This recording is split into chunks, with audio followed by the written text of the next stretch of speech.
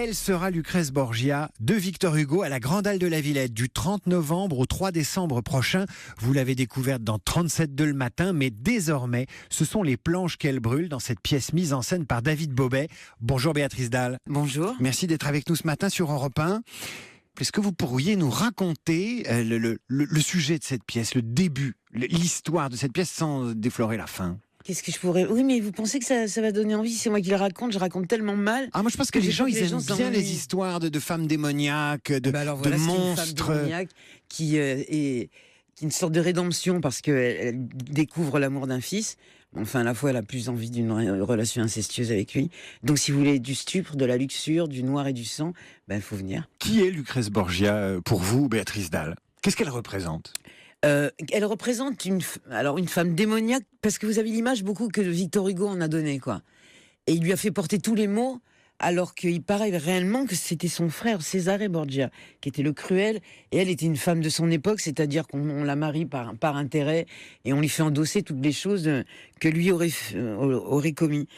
Et je suis assez séduite par le frère de Lucrèce Borgia, Cesare Borgia, parce que quand on dit qu'il a inspiré les princes de Machiavel, je me dis qu'est-ce que ce type devait être intriguant, et je suis sûre que j'aurais été amoureuse du frère de Lucrèce Borgia. Vous aimez bien les personnages, un peu sulfureux et les hommes de pouvoir, mais cette Lucrèce Borgia, c'est une empoisonneuse, c'est une victime. Est-ce qu'elle est moderne? En quoi elle est moderne? Moi, je trouve qu'elle est super moderne parce que elle fait juste ce qu'elle a envie, quoi. C'est une femme un peu libertine et elle fait ce qu'elle... Je dis pas que c'est bien ou pas bien, c'est pas un jugement.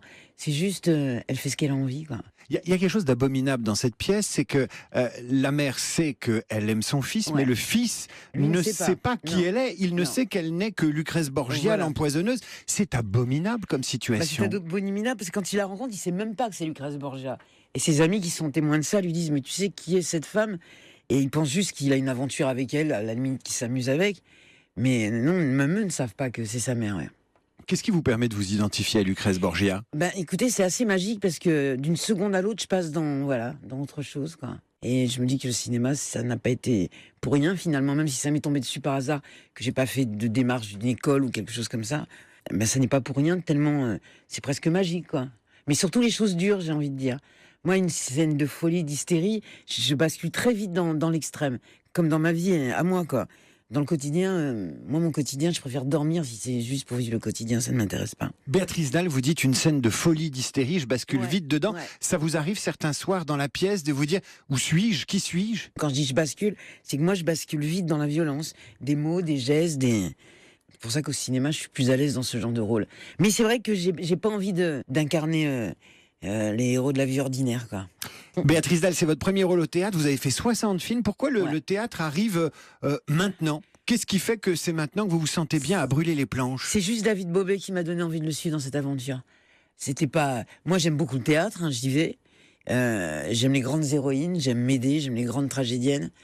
J'aime Phèdre. Enfin, c'est les grands rôles qui me donneraient envie. Mais avant, je m'en fichais un peu, quoi. J'y allais voir les autres avec grand plaisir, découvrir les actrices ou les acteurs. Mais c'est juste lui qui m'a donné envie de ça.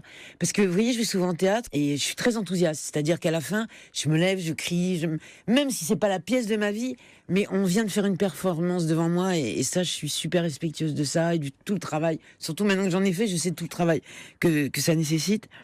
Mais souvent, les gens, ils sont vachement tristes quand ils vont au théâtre dans les spectateurs, ou d'un seul coup... Ils sont tristes. J'ai vu plusieurs pièces où je me souviens aller voir Le Misanthrope, où je me lève et je crie, bien sûr, à la fin de la pièce, je suis pas un enfant stupide.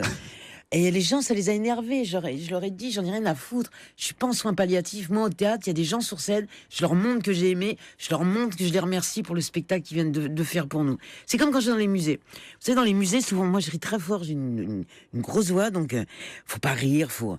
Et je me souviens, à Londres, la dernière fois, il me dit, ouais, faut rire moins fort. J'ai envie de te dire, nique ta mère, tu sais quoi. Non. Ouais, vraiment. Parce qu'un théâtre ou un musée, c'est pas un endroit triste. Arrêtons d'en faire des endroits mornes et tristes. Moi, j'aime bien qu'il y a des enfants qui courent partout. Et c'est un endroit de vie et de gaieté comme une église. Vous avez la culture joyeuse, vous allez être servi parce que la Grande Halle de la Villette, c'est un espace, il faut le remplir, il faut le faire vibrer, c'est grand, c'est la première fois que vous y allez. Ça commence le 30 novembre et vous me dites t'inquiète, on va s'en occuper. Je suis pas du tout inquiète. Dès le premier jour, dès la première représentation, souvent on me demande si j'étais angoissée. Pas une seconde. Vous avez hâte, hein? Ouais, et puis j'ai hâte aussi de retrouver cette troupe avec qui... Ça fait 2 ans qu'on partage ça, et en 2 ans, les gens, ils ont le temps de se dévoiler. Mon Dieu, je les aime tous. Béatrice Dalle, vous avez cité David Bobet, le metteur en scène. Ouais. Ça a été un coup de foudre Ouais. artistique, professionnel entre Ouais. vous deux. Je vais vous faire commenter ce qu'il dit de vous. Allez, Entière, vous dites quoi? Oui, c'est vrai, c'est vrai. Intègre. Ah ouais, Ah ouais. Ouais. Généreuse. aussi. Puissante. Oh, il dit des trucs, il aurait dit connasse, je t'aurais sauté à la gorge. Mais je sais qu'il m'aime, mon patron. Drôle. Ouais, aussi. Fragile. Ouais, par certaines...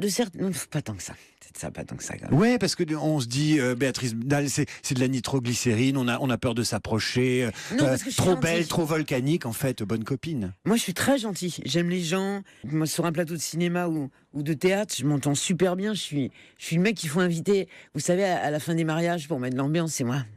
Vous Ah, je faites vous tourner assure. les serviettes à la fin des Ah, mariages. pas loin. Vous avez des projets de théâtre, parce que là, je sens que vous êtes ferré au théâtre. Vous avez cité Phèdre, vous avez Ouais. Alors, j'ai cité vu les grandes Phèdre. héroïnes. Qu'est-ce que vous faites à la rentrée, là, en janvier? J'ai le film de Lelouch qui va sortir. Mais au théâtre. Ah, au théâtre, le prochain projet, ce sera avec David encore. Je voudrais faire du Pasolini. Je mets un genou, même les deux, pour un Pasolini. Béatrice Dalle, merci. Après une Merci tournée à vous. dans